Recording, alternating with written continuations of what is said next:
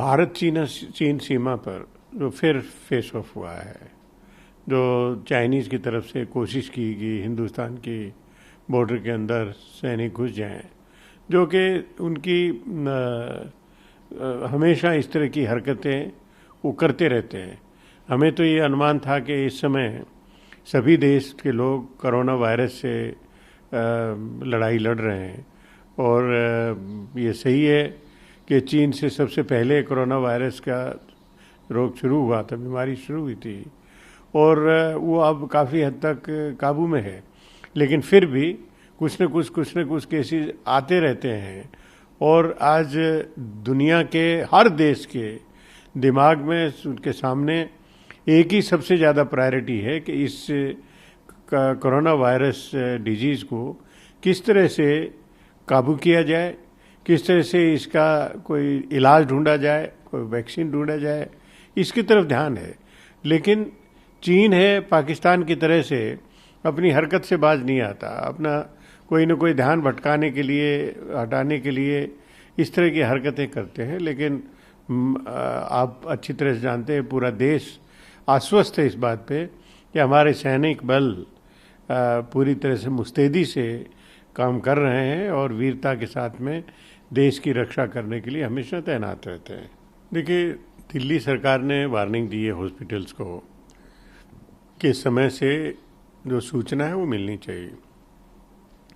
आज मीडिया के लोग हर रोज़ बिल्कुल अपडेट पोजीशन देखना चाहते हैं, और राज्य सरकार के माध्यम से ही वो सूचना मिल सकती है, क्योंकि हॉस्पिटल्स में जाके और मीडिया को ब्रीफिंग करने में ही वो अपना टाइम लगाएंगे तो वो किसी तरह से सही नहीं है। और राज्य सरकार ने चेतावनी दी है कि जो अगर हॉस्पिटल सूचना भेजने में विलंब करता है, गलत सूचना देता है, तो उनके खिलाफ कार्रवाई करेंगे। तो पारदर्शिता के लिए भी ज़रूरी है, और देश के सामने सही स्थिति, लेटेस्ट पोजीशन मिलती रहे, उसके लिए भी ज़रूरी है। मैं समझता हूँ कि ऐसा सभी को करना भी चाहिए। देखिए, रेल मंत्री जी और रेलवेज, उनका जो परफॉर्मेंस है बहुत ही निराशाजनक रहा है। पैसा वसूली करने के बारे में उन्होंने कहा कि 85% रेलवे सब्सिडी दे रही है। ऐसा लग रहा था कि जैसे सामान्य किराए में से 85% किराया रेलवे दे रही है और 15% किराया राज्य सरकार है, बल्कि उसके पूरे तरह से विपरीत थी। ये गलत सूचना प्रसारित की गई। वास्तविकता ये है कि पूरा का पूरा किराया राज्य सरकारें दे, और या फिर जो भी मजदूर जिनको ट्रेवल करना है उनसे वसूली की गई इन्होंने। अब उन्होंने कहा है कि अगले 2-3 दिन में 300 श्रमिक स्पेशल ट्रेन चलाई जाएंगी, और मज़दूरों को एक जगह से दूसरी जगह ले जाया जाएगा। लेकिन जो प्रभावित लोग हैं, जो वेट कर रहे हैं जगह जगह पर, उसकी संख्या तो बहुत ज़्यादा है। और मैं समझता हूँ कि 300 वो 10% भी नहीं है।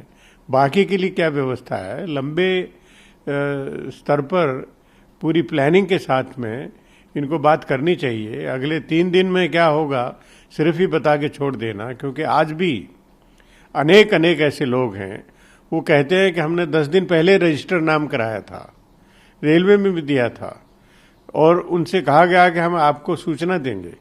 जब सूचना नहीं मिली, वेट करते हफ्ते 10 दिन तक वेट किया, तो पैदल चल दिए हैं।